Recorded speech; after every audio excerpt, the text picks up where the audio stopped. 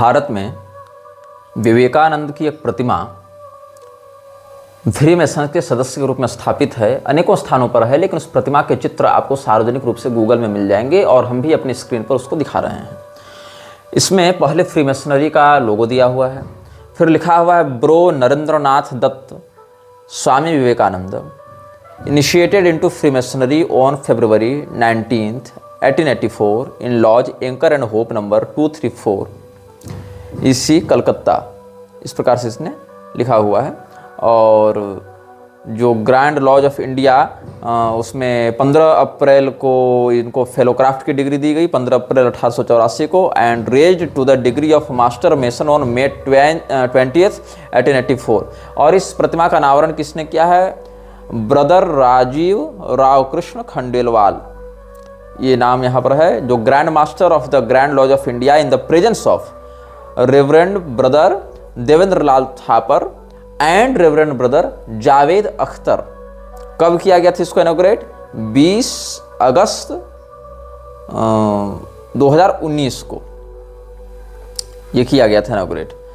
और उस समय ये प्रमाणित किया गया कि Swami Vivekananda was a freemason. Rahul Vashishtha ये भी वहाँ पर उपस्थित थे, और शांतनु मजूमदार, विशाल बख्शी, ज्ञानेंद्र नारायण सिंह, ये सब फ्रीमेसन्स के लोग वहाँ पर उपस्थित थे। ये शिलालेख का कथन है। अब विवेकानंद का तुम लोगों ने एक चित्र देखा होगा जिसमें विवेकानंद अपने दाहिने कंधे की ओर देख रहा है और विवेकानंद के हाथ ऐसी मुद्रा में है, ऐसी मुद्रा में, ऐसे विवेकानंद का एक चित्र तुम लोगों को देखा गया होगा तुम लोगों के द्वारा, और उस चित्र को हम स्क्रीन पर भी दिखा रहे हैं। अब ये चित्र सामान्यतः कोई भी एक ऐसे हाथ बांधकर व्यक्ति इधर उधर देख रहा है ऐसा प्रतीत हो सकता है, और सामान्य व्यक्ति के लिए इस मुद्रा का यही अर्थ भी है। लेकिन फ्रीमेसन्स के संस्था में इस मुद्रा का क्या अर्थ है, इसको हम स्पष्ट करेंगे एक दूसरे प्रमाण के साथ। हम आपको एक पुस्तक का संदर्भ दे रहे हैं, कोडेक्स मैजिका। कोडेक्स मैजिका के 208वें पृष्ठ में इस मुद्रा को दिखाया गया है। रिचर्डसन्स मॉनिटर ऑफ फ्रीमेसनरी के पेज 91 में इसका महत्व बताया गया है, जिसको कोडेक्स मैजिका ने कोट किया है।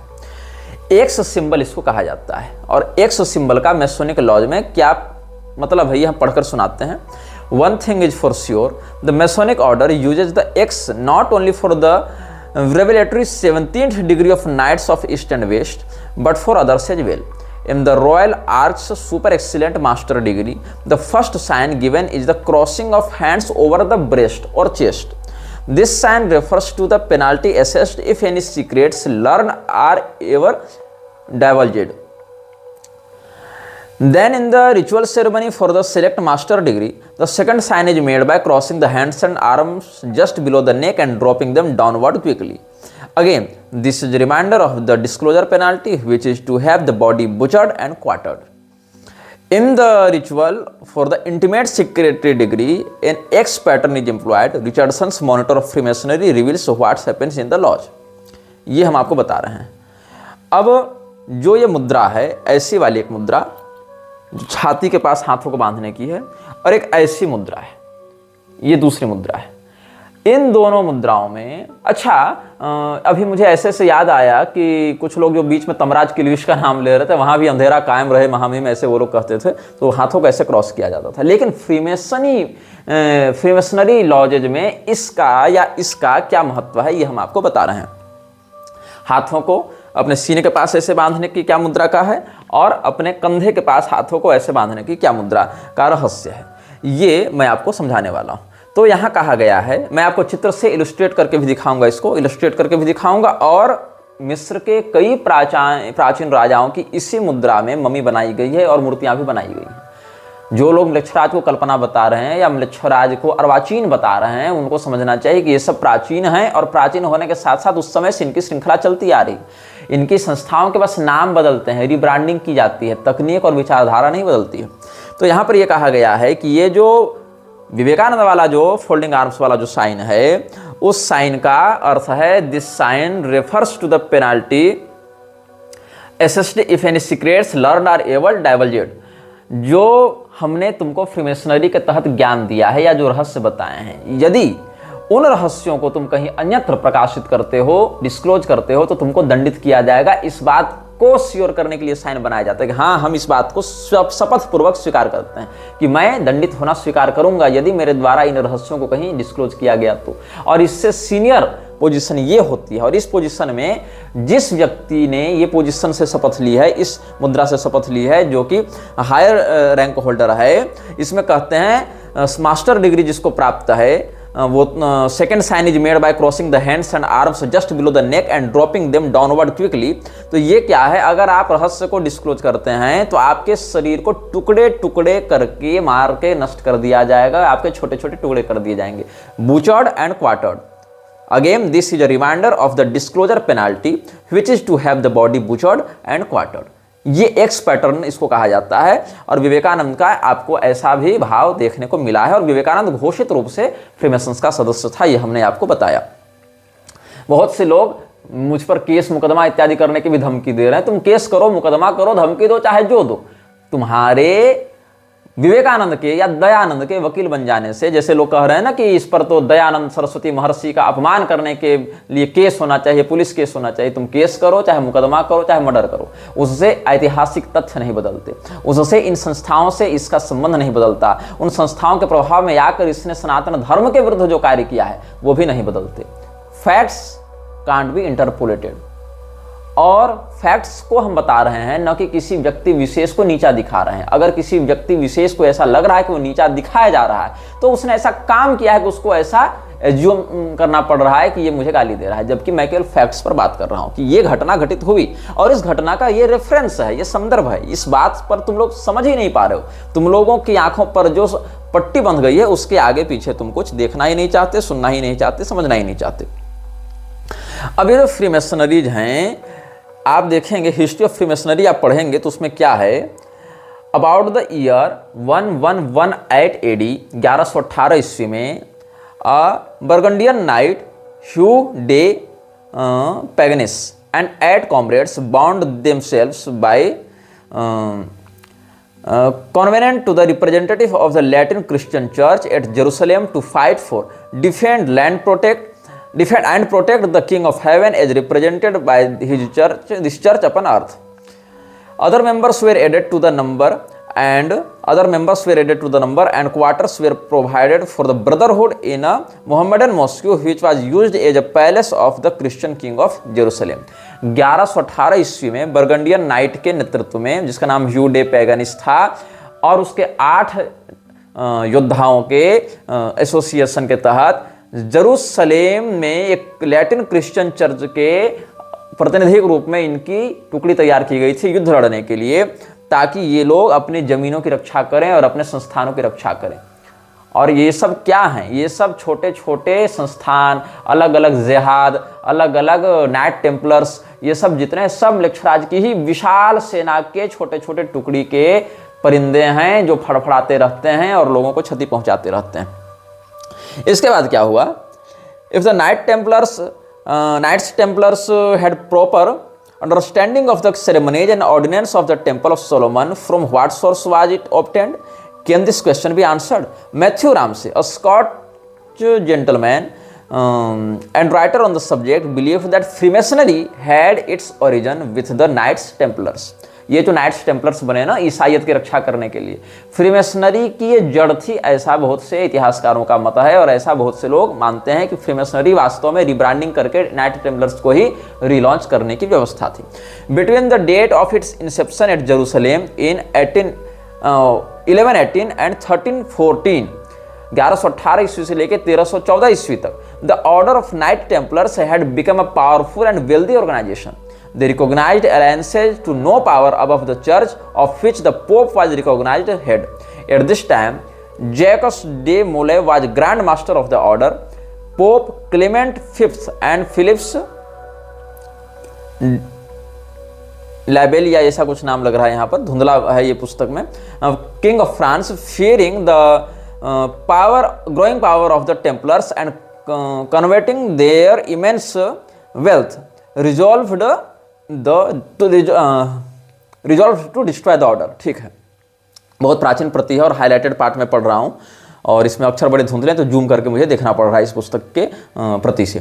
तो यहाँ कहने का अर्थ ये है कि 1118 ईस्वी में प्रारंभ हुआ ये order of knight templars, knights templars, knight मतलब रात वाला नहीं, KNIGHT, नाइट मतलब वो जो सेना नायक वाली जो वीरों की उपाधि मिलती थी ना पश्चिम में, वो।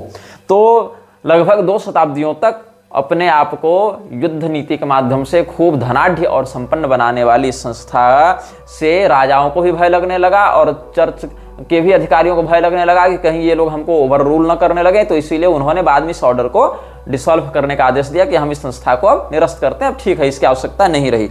लेकिन फ्रीमेसनरी का ओरिजिन यहीं से हुआ, क्योंकि इन्होंने काम तो छोड़ा नहीं, इन्होंने अपना मकसद तो छोड़ा नहीं, क्योंकि मकसद नहीं भूलना था भाईजान। इसीलिए इन लोगों ने अपने आप को रीलॉन्च किया नए ब्रांड के साथ, नए नाम के साथ, और नाम रख लिया फ्रीमेसनरी। यही सब होता है, ये आपको मैं हिस्ट्री ऑफ फ्रीमेसनरी से बता रहा हूँ। पेज नंबर 11 से मैंने प्रारंभ किया था पढ़ना। तो फ्रीमेसनरी का जो ब्रदरहुड कॉन्सेप्ट है, उसके तहत विवेकानंद को बार बार बुलाया जाता था मैसोनिक लॉजेज में व्याख्यान देने के लिए। तो रेमिनिसेंसेज ऑफ स्वामी विवेकानंदा जो ईस्टर्न एंड वेस्टर्न एडमायरर्स के द्वारा लिखा गया था, और इसमें मिसेज SK ब्लॉगेट के द्वारा एक चिट्ठी लिखी गई थी जोसेफिन मैकलियोड को। जोसेफिन मैकलियोड कौन है, इसके विषय में हम पहले बता चुके हैं आपको, पिछले अनुभाग को आप सुन लेंगे, अनुभाग 50 से 51 को आप देख लेंगे, तो वहाँ से आपको इसका प्रमाण मिल जाएगा। तो ये बताती है कि कैसे विवेकानंद बारंबार, ये चिट्ठी लिखी गई थी 2 सितंबर 1902 को, विवेकानंद के मृत्यु वर्ष में ही, और इसमें बताया गया है कि कैसे विवेकानंद को फ्रीमेसन्स वाले बार बार अपने लॉजेज में बुलाकर उससे व्याख्यान करवाते थे। जैसे कि 4 नवंबर 1893 को शिकागो इंटर-ओशियन में ये बात छपी थी, अनाउंसमेंट हुआ था, Swami Vivekananda gave a parlour lecture Friday afternoons in hall 309 Masonic Temple. His subject was the divinity of man. The lecture was a brilliant one and elicited repeated applause from the select and cultured audience. Subject for Tuesday: Hindu philosophy embracing monism and reincarnation. For Friday: love from the abstract to the concrete. Vivekananda abroad a postcard pilgrimage. इसमें pilgrimage, इसमें ये पुस्तक का आपको हमने संदर्भ दे दिया, Vivekananda abroad a postcard pilgrimage। और शिकागो ट्रिब्यून 15 नवंबर 1893 को भी इन्हीं विषयों से संबंधित बात को छापता है, और 15 नवंबर 1893 ईस्वी में शिकागो ट्रिब्यून ने जो छापा था उसको हम पहले भी बता चुके हैं, और आपको हम इमेज के रूप में भी उसको दिखाने का प्रयास करेंगे बीच में कभी भी इस स्क्रीन पर।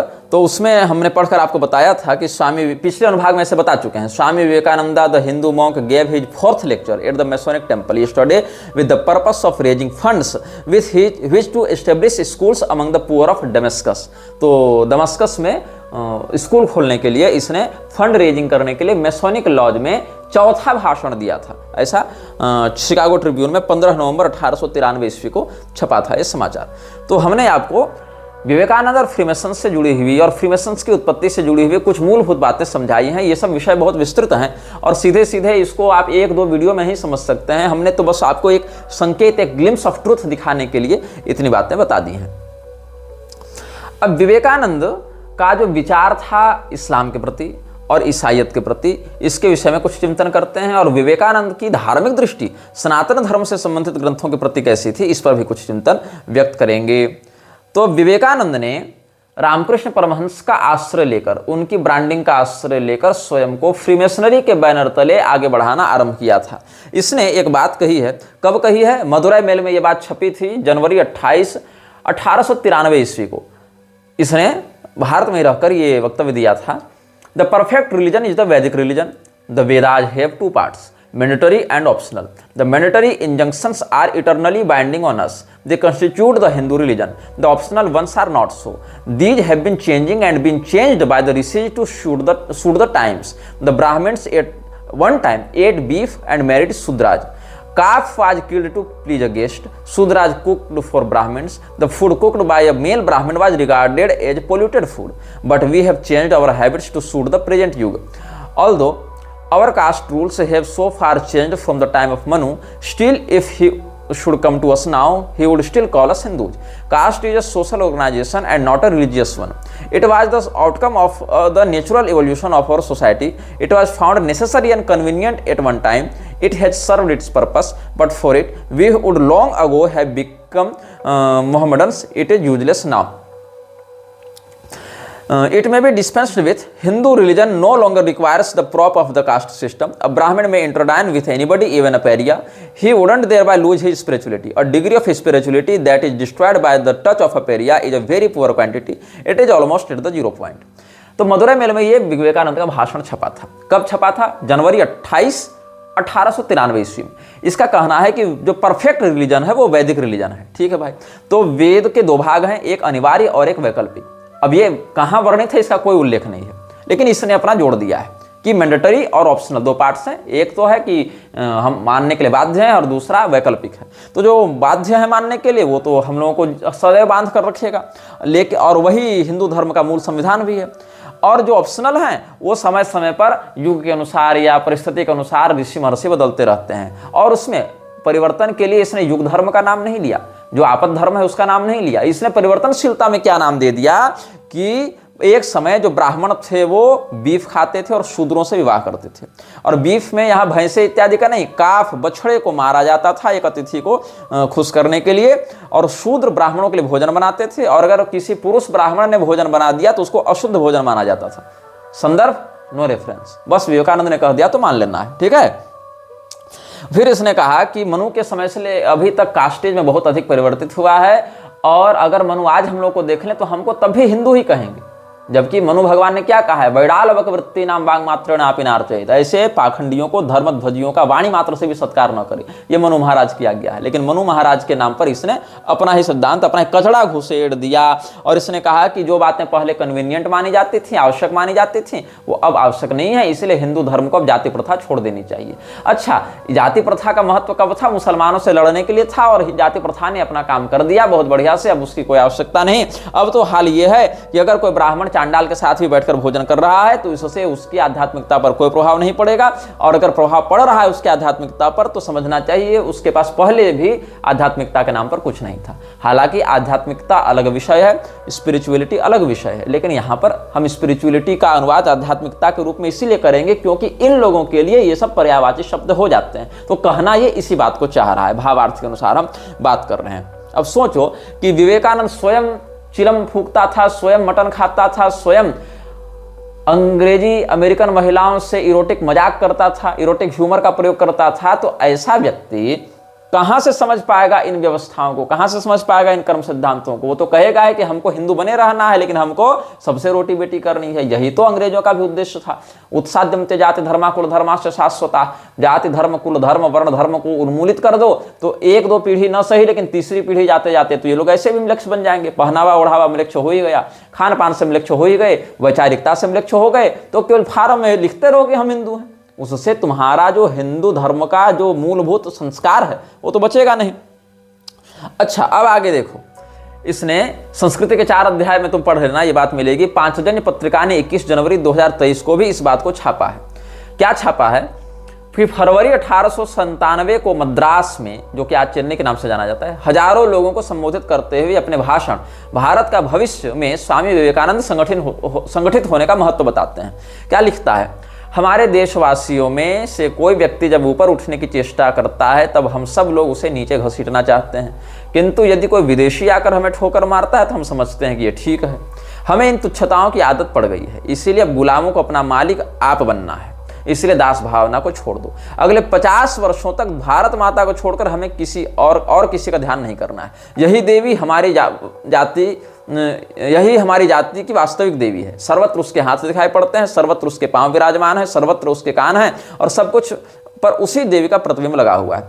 अब भारत माता का वर्णन किस शास्त्र में है पता नहीं, भारत माता का ध्यान मंत्र विन्यास किस मंत्र शास्त्र में है पता नहीं, लेकिन इसने क्या कहा कि हम लोग को सभी देवी देवताओं को छोड़कर भूलकर केवल भारत माता की उपासना करना है। इससे क्या होता है? जो पारंपरिक देवताओं की शक्तियां समाप्त, और पूजा पाठ तो तुमको छोड़ना नहीं है, केवल देवता बदल लेना है। तो आज भारत माता को पूज लो। जीसस को कृष्ण के समान बताने वाले लोग तब तक बैकग्राउंड में तैयार किए ही जा रहे हैं, उधर ख्रिस्टी संहिता जौन मूर्ख छाप कर बैठा ही हुआ है, तो तुमको सनातन धर्म से भारत माता सेकुलरिज्म में आने में और भारत माता से ईसाई मुसलमान बनने में कुछ ज़्यादा समय नहीं लगेगा, ज़्यादा मेहनत नहीं करनी पड़ेगी। इधर से काट दो, उधर से जोड़ दो।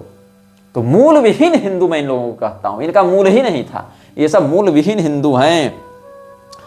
और अगर तुमको देशभक्ति करनी है तो उसके लिए हम सनातन धर्म की मान्य परंपरा को क्यों तोड़ें, क्यों उससे दूर जाएं? और 50 वर्षों तक करने के बाद क्या हम इतने उन्नत विकसित हो जाएंगे कि हमें भारत माता की भी जरूरत नहीं पड़ेगी, केवल ईसा मसीह से काम चल जाएगा, या फिर सब कुछ छोड़कर समाप्त कर देंगे, या फिर वापस लौटेंगे? इसकी क्या गारंटी? कुछ नहीं। बस हमने कह दिया तो ऐसा करो, तुम अपनी समस्त कुल परंपरा को छोड़कर ना विवेकानंद के पीछे चलो और सब देवी देवता को छोड़कर एक भारत माता की कल्पना करके भारत माता के नाम की एक मूर्ति बैठा दो और लगो धूप बत्ती करने उसको। उससे देश आजाद हो जाएगा, उससे विकसित हो जाएगा। ये इन लोगों का प्रपंच एक नया ही कल्ट बनाने का, इन लोगों का एक रिलीजियस कार्टल बनाने का काम प्रारंभ हो गया था। अब हम मदुरै में जब गया था विवेकानंद, तो वहाँ के हिंदुओं ने इसका स्वागत किया। तो स्वागत के उत्तर में इसने जो बात कही है उसको तुम सुनो, मैं पढ़कर बताता हूँ, फिर हिंदी अर्थ भी बताऊंगा और इसके षड्यंत्र पर गौर करना। The first class of truths is chiefly embodied in our Vedas, our scriptures. The second in the Smritis, the Puranas, etc. We must remember that for all periods, the Vedas are the final goal and authority. And if the Puranas differ in any respect from the Vedas, the part of the Puranas is to be rejected without mercy. We find then that in all these Smritis, the teachings are different. One Smriti says, this is the custom and this should be the practice of this age. Another one says, this is the practice of this age, and so forth. This is the achar which should be the custom of the Satya Yuga, and this is the achar which should be the custom of the Kali Yuga, and so forth. Now this is one of the most glorious doctrines, that you have the eternal truths being based upon the nature of man will never change so long as man lives. They are for all times omnipresent universal virtues. But the Smritis speak generally of local circumstances, of duties arising from different environments, and they change in the course of time. This you have always to remember, that because a little social custom is going to be changed, you are not going to lose your religion, not at all. Remember, these customs have already been changed. There was a time in this very India when without eating beef, no Brahmin could remain a Brahmin. You read in the Vedas how when a sannyasi, a king or a great man came into a house, the best bullock was killed. Now in time it was found that as we were an agricultural race, killing the best bulls means annihilation of the race. Therefore the practice was stopped and a voice was raised against the killing of cows. Sometimes we find existing then what we now consider the most horrible customs. इसके विषय में पहले हम आपको बता चुके हैं। These in turn horrible customs, ठीक है। In course of time other laws had to be made. These in turn will have to go and other Smritis will come. This is one fact we have to learn, that the Vedas being eternal will be one and the same throughout all ages, but the Smritis will have an end. As time rolls on, more and more of Smritis will go, sages will come, and they will change and direct society into better channels, into duties and into paths which accord with the necessity of the age, and without which it is impossible that society can live. सरल भाषा में समझाऊं तो इसका कहना है, ऐसे पहले ये क्या कह चुका था, मदुरै में ही इसने जो भाषण दिया था उसमें इसने कहा कि वेद के दो भाग हैं, एक कूटस्थ भाग अपरिवर्तनीय भाग और दूसरा परिवर्तनीय वैकल्पिक भाग। अब क्या कहता है मदुरै में ही, ये क्या कहता है कि वेद जो है वो अपरिवर्तनीय होते हैं और उनको प्रथम श्रेणी का प्रमाण माना जाता है, प्रथम श्रेणी का सत्यबोधक माना जाता है, और पुराण स्मृति इत्यादि में जो बातें वेद विरुद्ध होती हैं उनको बिना किसी दया के निकाल दिया जाता है, उनको अमान्य कर दिया जाता है। ठीक भैया। लेकिन इसके बाद क्या कहता है कि एक स्मृति ये बात कहती है, दूसरी स्मृति ये बात कहती है, तीसरी स्मृति ये बात कहती है, सतयुग के स्मृति अलग है, कलयुग की स्मृति अलग है। इससे सिद्ध होता है कि जब जब जैसा जैसा समाज होता गया वैसा वैसा परिवर्तन होता गया। और इस बयान की आड़ में ये व्यक्ति ये सिद्ध करना चाहता है कि मांस खाओ तो भी हिंदू, न खाओ तो भी हिंदू, गांजा फूको तो भी हिंदू, न फूको तो भी हिंदू, ब्राह्मण चांडाल के साथ भोजन करे तो भी हिंदू, वर्णशंकर बच्चा पैदा करे तो भी हिंदू, और यहां तक कि इस्लामिक बॉडी में वेदांतिस्ट माइंड डाल दो तो भी हिंदू। मतलब इसका हिंदुत्व एकदम ऐसा दुर्बल दीनहीन हिंदू है कि ये रबड़ का लचीला हिंदू, जो अवसरवादी हिंदू, ये कुछ भी करना चाहता है और अपनी उन्मुक्तता, अपनी उच्छृंखलता को हिंदुत्व की आड़ में वैध ठहराना चाहता है। और यहां तक इसने कह दिया कि देख लो ना कैसे पहले ब्राह्मण लोग गाय खाते थे, राजा के सन्यासी के आने पर बछड़ा मारकर, गाय मारकर, बैल मारकर वो बीफ पार्टी करते थे, वो लोग खिलाते थे अतिथियों को, बाद में इसको बदल दिया गया। तो ऐसा थोड़ी है कि कानून ये सब के मैंडेटरी होते हैं, ये सब तो परिवर्तनशील हैं। और यहीं से विवेकानंद की विचारधारा को लेकर आरएसएस के लोग कहते हैं कि शास्त्रों को बदल देना चाहिए, समय अनुसार शास्त्रों में परिवर्तन होना चाहिए, और होता रहता है। और इसमें ऋषि महर्षियों का नाम देते हैं। हमारे ऋषि महर्षियों ने जो स्मृतियां बनाई, उनकी व्यापकता, उनके प्रमाण व्याप्ति, सब पर चर्चा की, साथ ही साथ कहां किस परिस्थिति में कितना परिवर्तन होना चाहिए और नहीं होना चाहिए, इस पर भी चर्चा की। यह नहीं कहा कि आगे मनमौजी रूप से सब परिवर्तन करते जाओ, बल्कि जिन बातों को परिवर्तनशील मानकर ये लोग वैध ठहराने में लगे हैं, उन बातों का तो निषेध कर दिया है ऋषियों ने कि ऐसा नहीं करना है। निषेधाज्ञा है जिन बातों की, उनको परिवर्तनशीलता की आड़ में ये धूर्त लागू करवाना चाहते हैं। अब एक और तुमको मैं पढ़कर बता रहा हूं, कहां से बता रहा हूं, जो इसने शेक्सपियर क्लब में बोला था, पैसेडेना कैलिफोर्निया। कब बोला था? 2 फरवरी 1900 ईस्वी में बोला था। और reproduced from Swami Vivekananda centenary memorial volume, published by the Swami Vivekananda centenary, Calcutta in 1963। वहां से पढ़कर बता रहा हूं, कुछ पैरा पढ़ूंगा और फिर उसका अर्थ बताऊंगा। एक एक पैरा पढ़ के अर्थ बता रहा हूं। This was the orthodoxy of India, what else was there, everything was divided, the whole society as it is today, though in a much more rigorous form than divided into castes, there is another thing to learn। क्या है भैया? जाति प्रथा के विरुद्ध कुछ बात बताना चाह रहा है। There is a tendency to make castes just going on here in the West, and I myself, I am a renegade. I have broken everything. I do not believe in caste individually. It has very good things in it. For myself, Lord help me, I would not have any caste. If He helps me, you understand what I mean by caste, and you are all trying to make it very fast. It is a hereditary trait for the Hindu. The Hindu said in olden times that life must be made easier and smoother. And what makes everything alive? Competition. Hereditary trait kills. You are a carpenter, very good. Your son can be only a carpenter. What are you? A blacksmith. Blacksmithing become a caste. Your children will become blacksmiths. We do not allow anybody else to come into that trade. So you will be quiet and remain here. You are a military man, a fighter, make a caste. You are a priest, make a caste. The priesthood is hereditary, and so on. Rigid high power that had a great side, and that side is that it really rejects competition. It is that which has made the nation live while other nations have died. That caste.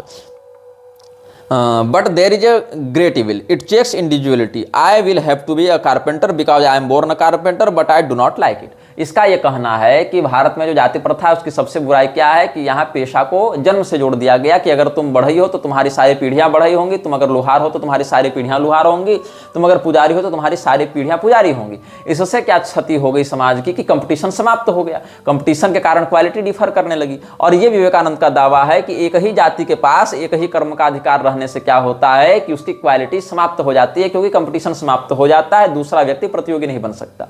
लेकिन इस मूर्ख को यह नहीं पता था कि आज तुमने सारी जाति व्यवस्था को मिटाने का जो ठेका ले रखा है, जिस व्यक्ति को जातिगत रूप से अपना कौशल प्राप्त था, वो जितना निपुण होता था उस कार्य में, वो कंपटीशन वाले नहीं होते थे। सुनो, जैसे कोई एक व्यक्ति एक गांव का लुहार है, दूसरे गांव का दूसरा लुहार है, तो क्या वो आपस में कंपटीशन नहीं कर रहे हैं? आपस में कंपटीशन नहीं हो सकता है। कोई एक व्यक्ति मान लो रथ बना रहा है और दूसरा भी रथकार व्यक्ति रथ बना रहा है, तो क्या उन दोनों में ट्रेड का कंपटीशन नहीं हो रहा है? क्या वो दोनों क्वालिटी के लिए नहीं लड़ेंगे? अच्छा, ये छोड़ दो, जब क्वालिटी के लिए वो लड़ेंगे तो क्या उसमें लड़ाई मतलब मारपीट नहीं, मतलब जो प्रतियोगिता होगी क्या उससे हमारी गुणवत्ता उच्च स्तर पर नहीं पहुंचेगी? आज क्या होता है, चलो तुमने जाति हटा दी, लेकिन तुमने सेक्टर्स तो बांट दिए, ऑटोमोबाइल सेक्टर तो बांट दिया। अब ऑटोमोबाइल सेक्टर में जितने लोग उनमें कंपटीशन क्यों नहीं हो रहा है या क्यों हो रहा है? क्या वो जाति पर आश्रित है? नहीं, वो उत्पाद पर आश्रित है। तो उनको कंपटीशन करना है कि हम गाड़ी बना रहे हैं तो हमारी गाड़ी दूसरी गाड़ी से बेहतर हो।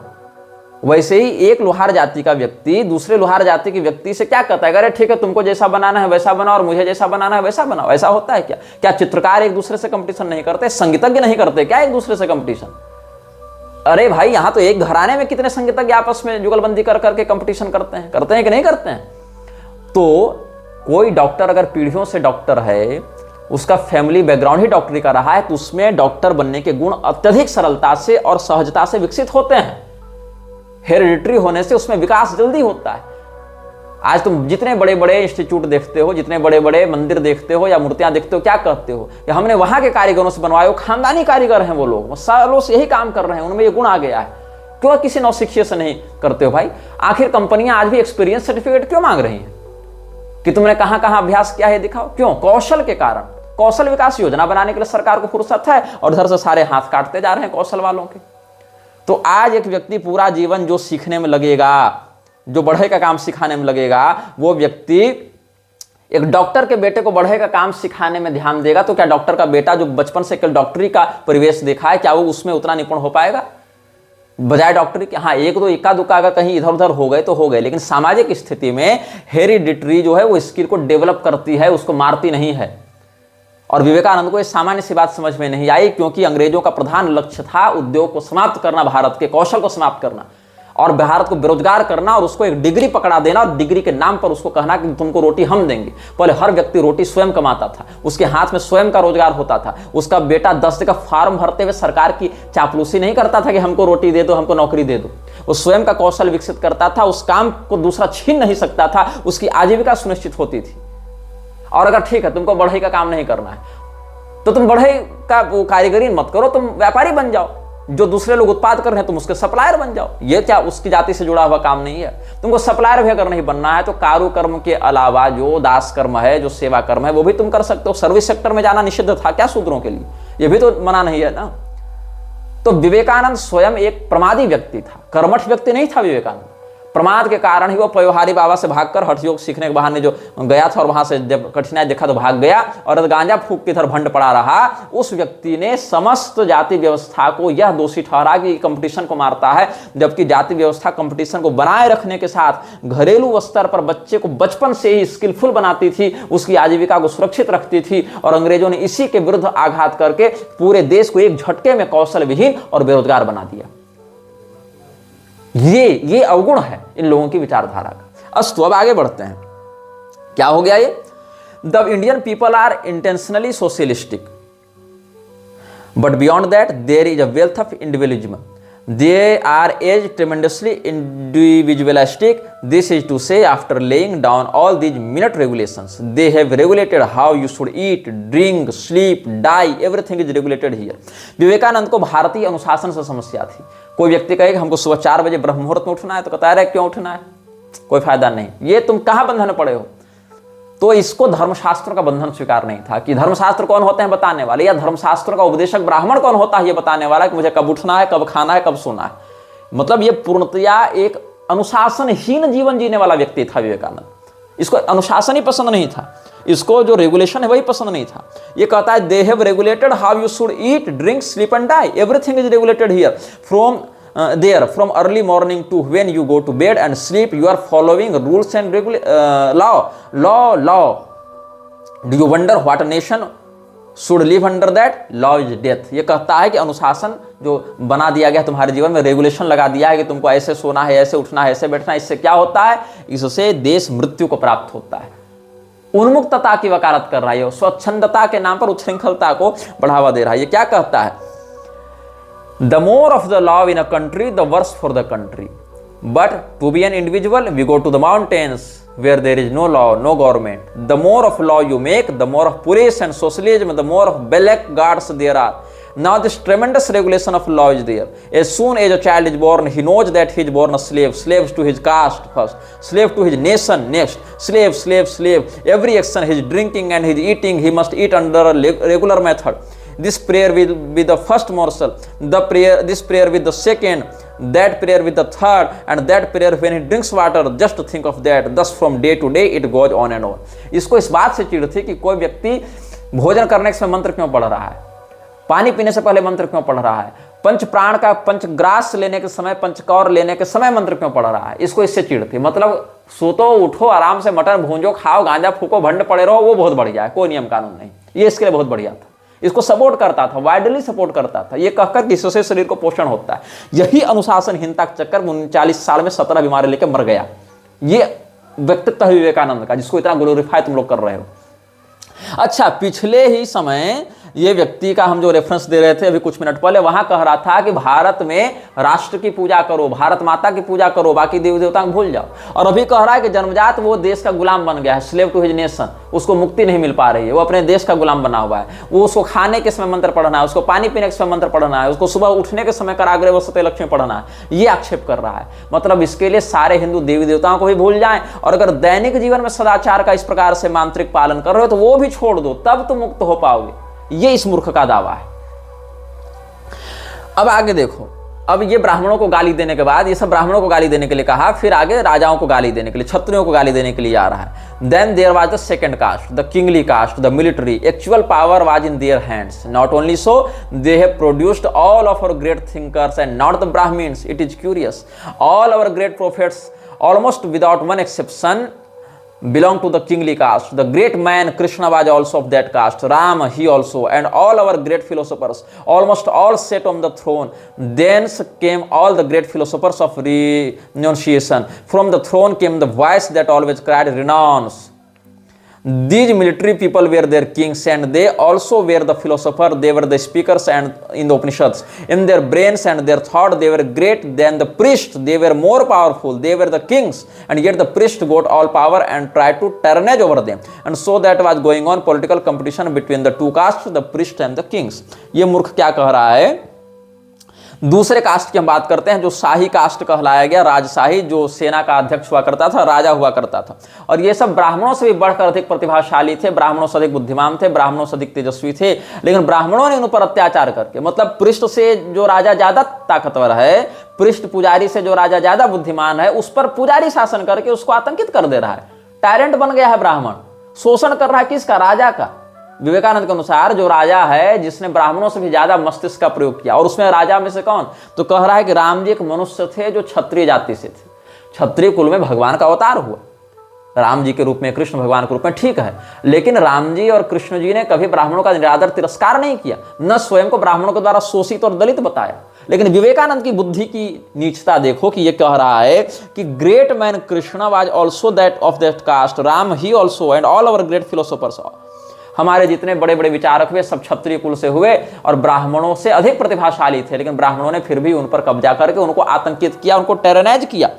इसीलिए राजा मतलब ब्राह्मण, क्षत्रिय और पुरोहित ब्राह्मण दोनों के मध्य राजनीतिक संघर्ष भारत में चलता रहता था, ये कह रहा है। जबकि ऐसा नहीं है। इक्का दुक्का उदाहरण देखें तो असुरों का जो क्षत्रिय कुल में संक्रमण हो गया था उसमें परशुरामावतार, या भृगुवंशियों में जो लोभ का कलि पुरुष प्रवेश कर रहा था उसमें हय वंशियों का उनके प्रति संघर्ष। इतना ही एक दो उदाहरण है पूरे वैश्विक इतिहास में। और उस इतिहास का जो आउटकम हुआ, उस घटना का जो आउटकम हुआ, उससे भी ब्राह्मण क्षत्रियों में जो वैभिन्न मत हो गया था उसका समाधान ही हुआ। लेकिन आप अगर हजारों हजार इसके एक प्रकरण के अतिरिक्त भृगुवंश और हय वंश के मध्य चले कुछ संघर्ष के अतिरिक्त अन्य पूरे प्रकरणों को देखें, इन्हीं वंशों के आलोक में भी देख लें, तो भी कोई समस्या नहीं है, कोई झगड़ा, कोई द्वंद्व ही नहीं है। तो कितनी बार राजवंशों की रक्षा ब्राह्मणों ने की है। आप भरद्वाज मुनि का उदाहरण देखिए, वशिष्ठ मुनि का उदाहरण देखिए, भृगु मुनि का उदाहरण देखिए, कितने राजवंशी अपने राज्य को खोने कारण, मेधा मुनि का देखिए सूरत समाधि प्रकरण में, कितने आश्रमों में ब्राह्मणों ने राजाओं को संरक्षण दिया, उनके राज्य को वापस दिलवाया, उनकी रक्षा की मंत्र बल से, तपस्या बल से। और कितनी बार राक्षसों ने ब्राह्मणों की रक्षा करने के लिए अपने पूरे के पूरे परिवार को बलिदान कर दिया। आधुनिक काल में भी ऐसा हुआ है। लेकिन इस विवेकानंद को ये मजा आता था ये दिखाने में कि ये सब तो आपसी झगड़े वाले हैं, लेकिन क्षत्रिय ज्यादा प्रतिभाशील हैं और ब्राह्मण उनसे कम प्रतिभाशाली होने के बाद भी उनका शोषण कर रहे हैं। ये कहता है, ये क्या कहता है? Yet the priests got all the power and tried to tyrannise over them. अच्छा आगे देखो क्या ये कहता है, दोज ऑफ यू। अच्छा, राम और कृष्ण दोनों को इसने, भगवान राम कृष्ण को, रामकृष्ण परमहंस नहीं, भगवान श्री रामचंद्र जी और भगवान श्री कृष्णचंद्र जी को इसने मनुष्य बताया, भगवान नहीं बताया, मैन बताया, मनुष्य बताया। लेकिन जीसस क्राइस्ट को ये सीधे गॉड बताएगा। कहां बताएगा? आगे उस प्रकरण पर भी हम आ रहे हैं। इस पॉइंट को याद रखना, नोट करना, ठीक है? बाद में इसको हम कनेक्ट करेंगे। अब आगे इसी प्रकरण में पहले इसको खत्म कर लेते हैं। आर्यों पर अब आते हैं, जो ये आर्य जाति के विषय में क्या कह रहा है। Those of you that have been to hear the first lecture already know that in India they are These are two great races, one in called the Aryan and other the non-Aryan। अब ये अंग्रेजों की जो Aryan theory है ना, Aryan invasion theory, उसको यहाँ पर घुसा रहा है, लेकिन पूरे कॉपी नहीं कर रहा है, नहीं तो पर्दाफाश हो जाएगा ना, इसलिए आधी अधूरी बात बता रहा है। कहता है भारत में दो महान रेस हैं, रेशियल डिवीजन कर रहा है। क्या कहता है? एक आर्यन रेस है, एक नॉन आर्यन रेस है। अच्छा चलो ठीक है, उसके बाद क्या कहता है, हालांकि इस मिथ का भी बहुत अधिक व्यापक प्रामाणिक खंडन हो चुका है, इस बकवास का भी, लेकिन चलो विवेकानंद की भाषा शैली में देखते हैं क्या है। It is the Aryan race that has the 3 castes, but the whole of the rest are dubbed with other name Shudras, no caste, they are not Aryans at all. Vivekananda के अनुसार शूद्र वर्ण आर्य में नहीं आता है, ये नन आर्यन है। अंबेडकर ने शूद्रों को भी आर्य माना है, लेकिन विवेकानंद ने आर्य नहीं माना है। अब हाल यह है, अगर तुम अंबेडकर के विरुद्ध कुछ बोलते हो तब भी तुमको सरकार की प्रताड़ना झेलनी पड़ेगी, विवेकानंद के विरुद्ध बोलते हो तब भी तुमको सरकार की प्रताड़ना झेलनी पड़ेगी। अगर तुम अंबेडकर का समर्थन करते हुए कहते हो कि शूद्र आर्य हैं और विवेकानंद का खंडन करते हो, तो सरकार कहेगी तुम विवेकानंद का अपमान कर रहे हो, तुमको जेल में डाल देना चाहिए। और अगर तुम विवेकानंद का समर्थन करते हुए कहते हो कि शूद्र आर्य नहीं है और अंबेडकर ने गलत किया, ऐसा अगर तुम कहते हो तो अंबेडकर का अपमान करने के कारण तुमको सरकार जेल में डाल देगी। कुल मिलाके सरकार की औकात बस इतनी है कि अंबेडकर का नाम और विवेकानंद का नाम उठाकर तुम्हारे माथे पर इन दोनों को महापुरुष बताकर थोपने का काम सरकार का है। लेकिन इनमें से किसी एक को तुम अपनाकर अगर कुछ कहना भी चाहोगे तो सरकार तुमको जेल में डाल देगी। ये सरकार की दोगली नीति है, सरकार की लतखोरी है। तो सरकार क्या है? सरकार वह मूर्ख संस्था है जो कि गांधी का भी फोटो छापती है, नेहरू का भी फोटो छापती है, जबकि गांधी और नेहरू जी दोनों अंबेडकर के विरुद्ध काम करते रहे और अंबेडकर का बीच में फोटो छाप देगी। और गांधी की अंबेडकर से नहीं बनती थी, अंबेडकर की नेहरू से नहीं बनती थी, सुभाष चंद्र बोस की भी इन लोगों से नहीं बनती थी, लेकिन फोटो सबका छाप देगी और इनमें से तुम्हारे माथे पर थोपेगी कि सबको तुम अपना बाप मान लो, सबके चरणों पर माथा टेकते रहो और दोनों को बेचकर अपना काम बनाएगी। जबकि अंबेडकर और गांधी जीवन भर लड़ते रहे। तो या तो तुम अंबेडकर का सम्मान कर लो या गांधी का सम्मान कर लो। अगर गांधी का सम्मान करने के लिए चलो ठीक है, कोई कहे कि मैं गांधी जी को परम आदर्श मानता हूं, अगर तुम ये कह दो कि गांधी युवतियों के साथ नंगा सोता था तो सरकार को बहुत चिढ़ लगेगी। नहीं, गांधी का अपमान नहीं होना चाहिए, ये सब मत बोलो। अरे भैया, गांधी ने स्वयं अपनी सत्य के प्रयोग वाली पुस्तक में लिखा है, तो पुस्तक को बैन करो, कम से कम कहो गांधी ने गलत लिखा है। तो नहीं, पुस्तक भी बैन नहीं करें, गांधी की पुस्तक भारत में कैसे बैन हो जाएगी? तो पुस्तक को हम छापेंगे, लेकिन तुम पुस्तक का रेफरेंस लेकर चर्चा नहीं कर सकते हो। यह सरकार की गुंडागर्दी है। तो गांधी अगर नंगी युवतियों के साथ सो रहा है और ये बात गांधी खुद बता रहा है, तो सरकार उसको न बैन करेगी न तुमको बोलने देगी। अच्छा ठीक है, हम ऐसा करना चाहते हैं क्योंकि हम गांधी के अनुयायी हैं। अगर ऐसा कोई कह दे कि हम गांधी जी के बड़े भक्त हैं और गांधी जी ने सत्य का प्रयोग किया तो हम भी वही सत्य का प्रयोग ऐसे ही करेंगे, तो सरकार फिर से तुमको कहेगी कि तुम समाज में अश्लीलता फैला रहे हो, तुमको जेल में डाल देना चाहिए। चलो ठीक है भैया, हमको गांधी से कोई मतलब नहीं, हम अंबेडकर का समर्थन करेंगे, ऐसा अगर कोई कह दे। तो अंबेडकर ने कहा था कि हम भारतीय संविधान को जला देना चाहते हैं, तो हम अंबेडकर का समर्थन करते हुए भारतीय संविधान को अगर जलाने की बात करें तब भी सरकार को लहर जाएगा दिमाग कि नहीं, ये भी गलत काम है। सरकार के पास कोई नीति नहीं है, सरकार केवल टैक्स बनाकर लूटने वाला एक गिरोह है। सरकार एक कार्टेल है जो लोगों को टैक्स बटोर कर अपना खजाना भरने के लिए बनती है, अघोषित समझौते में। इसीलिए कांग्रेस की सरकार आती है अपना खजाना भरती है, भाजपा की आती है अपना खजाना भरती है और मूर्ख तुमको बनाती है। पूरा लोकतंत्र ही एक कार्टेल है, पूरा लोकतंत्र ही एक सिंडिकेट है, पूरा लोकतंत्र ही एक गिरोह है। इसमें अलग अलग माफिया हैं, judicial mafia, administrative mafia, electoral mafia, ये सब अलग अलग माफिया हैं। कोई विधायक बनकर लूट रहा है, कोई काला कोट पहनकर न्यायपालिका में घुसकर वहां से अपना माल बना रहा है, कोई IAS IPS का एग्जाम देकर वहां से अपना सिंडिकेट खड़ा कर रहा है।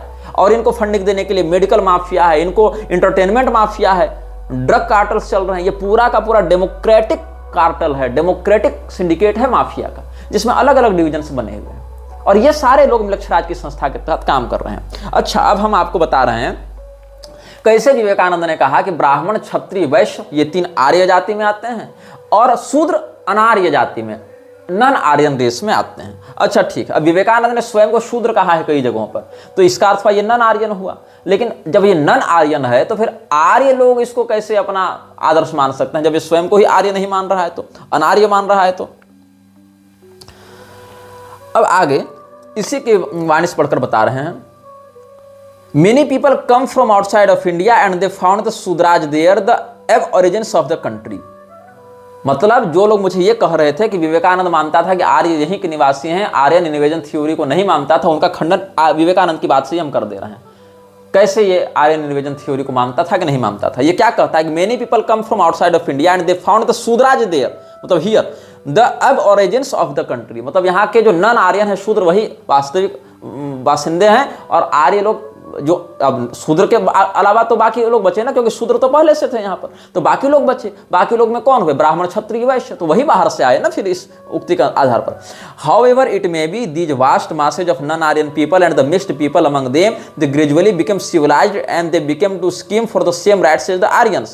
They wanted to enter their schools and their colleges, they wanted to take the sacred thread of the Aryans, they wanted to perform the same ceremonies as the Aryans and wanted to have equal rights in the religion and politics like the Aryans. And the Brahmin priest, he was a great antagonist of such claims. You see, it is the nature of priests in every country. They are the most conservative people naturally. So long as it is a trade, it must be. It is to their interest to be conservative. So this tide of murmur outside the Aryan Pale, the priests were trying to check with all their might. Within the Aryan Pale, there was also a tremendous religious ferment, and it was mostly led by this military caste.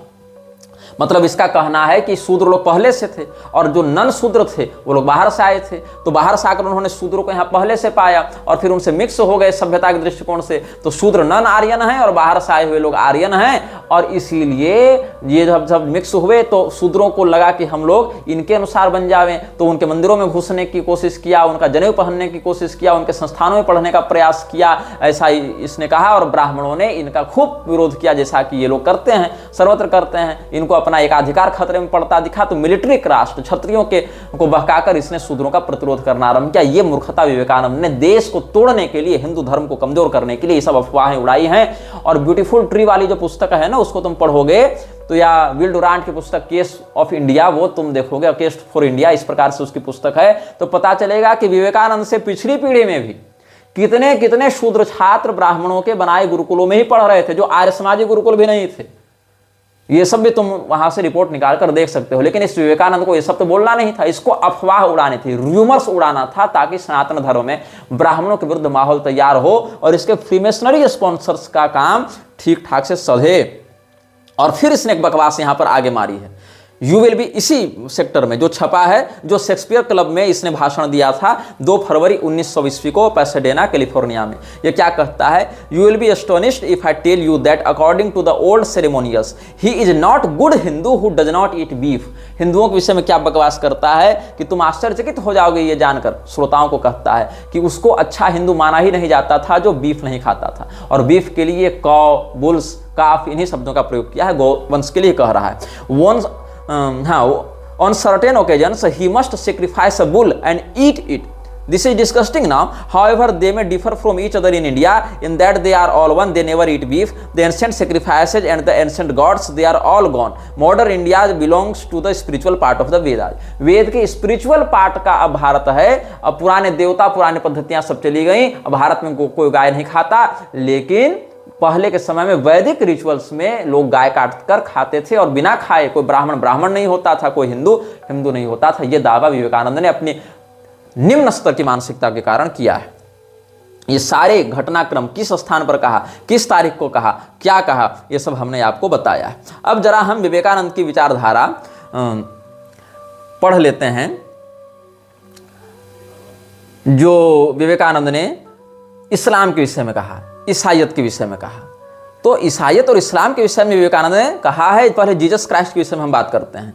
Ram और कृष्ण दोनों पर ब्रह्म स्वरूपों को विवेकानंद ने man कहा, मनुष्य माना, भगवान नहीं माना, ईश्वर नहीं माना। दयानंद सरस्वती ने भी नहीं माना था, विवेकानंद ने भी नहीं माना। और जीसस क्राइस्ट को ये गॉड मानता है। क्या लिखता है,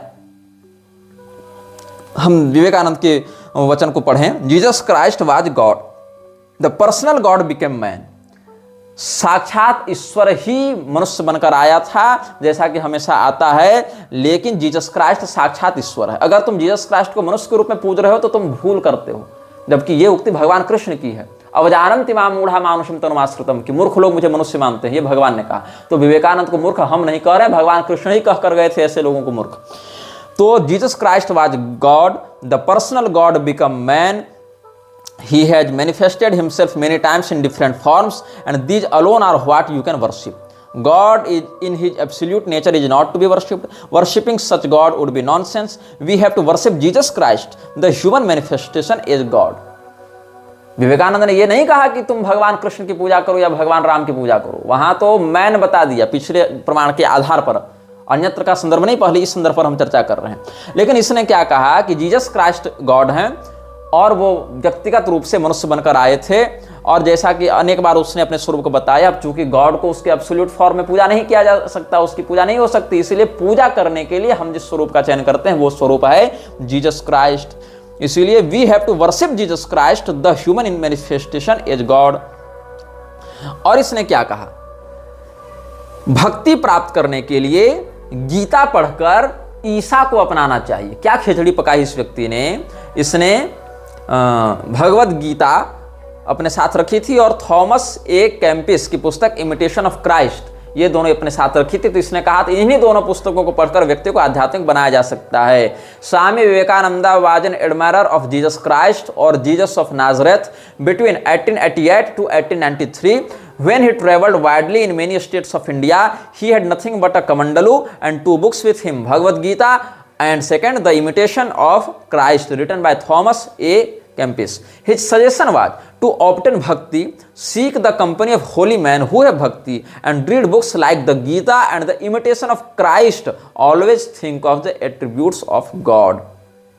ये विवेकानंद ने कहा है। तो विवेकानंद के विचारों को सुनकर तुम समझो ये कैसे पूरी तालमेल बैठा रहा था हिंदुओं को संकरता की ओर, हिंदुओं को कुल भ्रष्टता की ओर ढकेलने के लिए। और फ्रीमेसन से जुड़ी सभी संस्थाओं ने यही कॉमन मोनोपोली अपनाई है। चाहे तुम इस्कॉन को देख लो, चाहे रामकृष्ण मिशन को देख लो, चाहे तुम आर्य समाज को देख लो, चाहे थियोसॉफिकल सोसाइटी को देख लो, चाहे ब्रह्म समाज को देख लो, चाहे SRF को देख लो, चाहे आर्ट ऑफ लिविंग को देख लो, चाहे ईशा फाउंडेशन को देख लो, चाहे मातृ सदन को देख लो, चाहे गायत्री परिवार को देख लो, चाहे स्वामी नारायण को देख लो, चाहे सतलोक आश्रम देख लो। ये सारे मृक्षराज पोषित जितने संस्थान हैं, ये अर्धकुक्कुटी प्रयोग करके केवल हिंदुओं से थोड़ी थोड़ी बातों को चुराकर उनको अपनी सम्मोहक वाणी का प्रयोग करके इन्हीं सब बातों को ढकेलते हैं। और Christ is equal to God and God is equal to our Krishna Ram and our Brahman, ये सिद्ध करने में लगे रहते हैं। ये सारे लोग मूर्ख बनाने में लगे हुए हैं, उनको भी और हमको भी। लेकिन क्या है, वो तो पहले से मूर्ख बनाए गए हैं अपने ही लोगों के द्वारा, वो अलग से मूर्ख बनकर क्या बिगड़ेंगे। लेकिन हम अगर मूर्ख बनते हैं तो हमसे वह संपदा छीन कर ये ले जाएंगे जो संपदा हमें फिर पुनः अन्य स्थान से प्राप्त नहीं हो सकती है। इसीलिए इसने क्या कहा, Philosophically speaking, there was no such human being living as Christ or Buddha. We saw God through them. In the Quran, Muhammad again and again repeats that Christ was never crucified. It was semblance. No one could crucify Christ. Christ को कभी crucify नहीं किया गया था, क्योंकि ऐसा करना संभव ही नहीं है। वो तो दिव्य आत्मा है ना, परमात्मा है। इसीलिए केवल क्राइस्ट का प्रतिनिधित्व करने वाले तत्व को ही सांकेतिक रूप से क्रूसिफाई किया गया था। ऐसा मोहम्मद ने कुरान में बार बार कहा है। ये दावा किसका है? विवेकानंद का है। तो विवेकानंद ने अंत में क्या कहा कि father is the existence out of which everything comes, son is that knowledge, it is in Christ that God will be manifest, God was everywhere in all beings before Christ, but in Christ we become conscious of him, this is God, the third is bliss, the Holy Spirit. As soon as you get this knowledge, you get bliss. As soon as you begin to have Christ within you, you have bliss, and that unifies the three. Holy father, son and spirit. ये अब बताओ, ये पूरी Christianity के सिद्धांत को तुम्हारे हृदय में स्थापित करने का प्रयास कर रहा है कि जैसे तुम ईसा की प्रतिष्ठा अपने हृदय में करोगे, तुमको आनंद की अनुभूति होगी और तुम उस परम सत्ता से एकाकार हो जाओगे। ये विवेकानंद ने कहा है। अब मैरी लूस ने एक पुस्तक लिखी थी, Swami Vivekananda in the West New Discoveries, जिसको NW भी कहा जाता है। 6 वॉल्यूम में छपी थी, कलकत्ता से अद्वैत आश्रम ने छापा था, जो रामकृष्ण मिशन का एक ऑफ स्पिन ब्रांच है।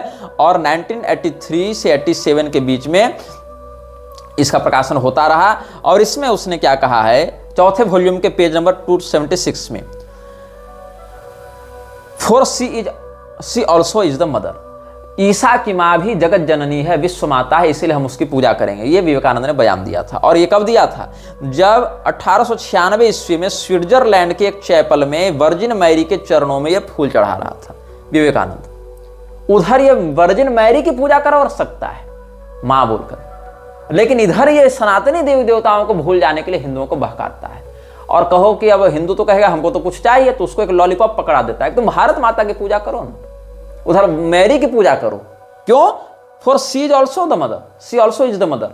और इधर भारत माता के नाम से काल्पनिक मूर्ति बैठाकर और शास्त्रीय विधा से उसके पीछे भागो, लेकिन शास्त्रीय देवी देवताओं को भूल जाओ, क्योंकि इसी चक्कर में भारत गुलाम बना है। ये विवेकानंद का कहना था। और विवेकानंद ने यह भी कहा था, had I lived in Palestine in the days of Jesus of Nazareth I would have washed his feet not with my tears but with my hearts blood. अगर मैं ईसा के समय होता, फलस्तीन में होता, तो नाजरत के जीसस के चरणों को मैं अपने हृदय से खून निकाल कर धोता, अपने आंसुओं से नहीं धोता। मतलब आंसुओं से पैर धोना तो बहुत बड़ी बात है कि बहुत प्रेम करता है, बहुत सम्मान करता है, तब आंसुओं से पैर धोता। तो आंसुओं से पैर हम नहीं धोएंगे, हम तो इतना अधिक सम्मान करते हैं जीसस का, ऐसा विवेकानंद ने कहा कि हम अपने हृदय से खून निकालकर जीसस का पैर धोएंगे। अगर हम उस समय होते तो हम ऐसा करते, ऐसा विवेकानंद ने कहा था। अब विवेकानंद का एक भाषण है Christianity in India.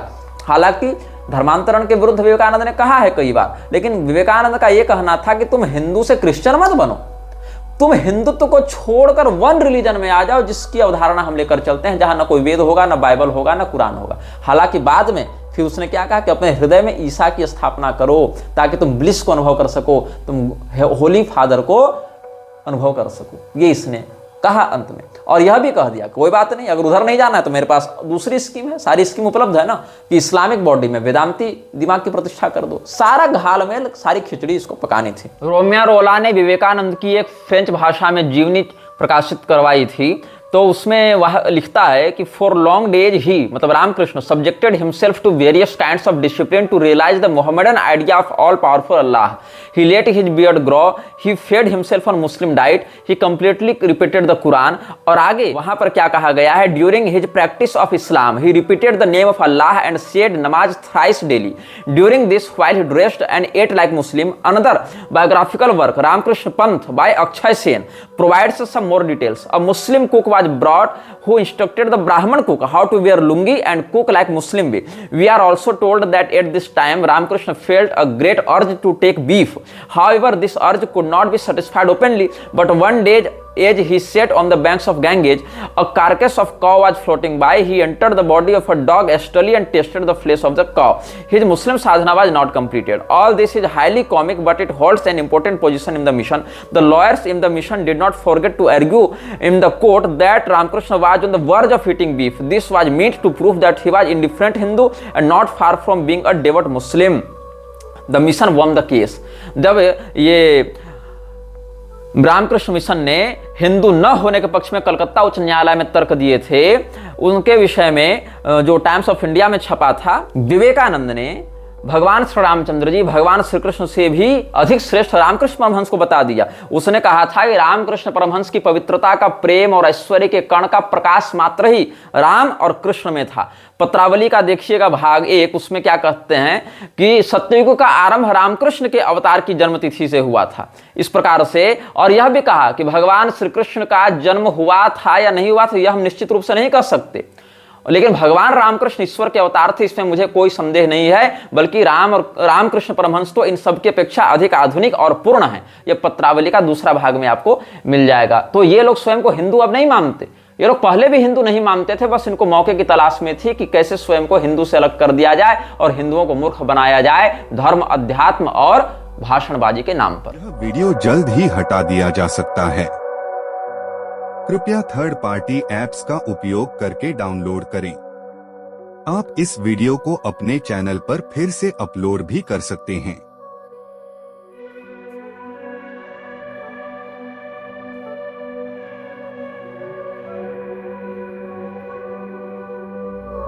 This video may get deleted soon.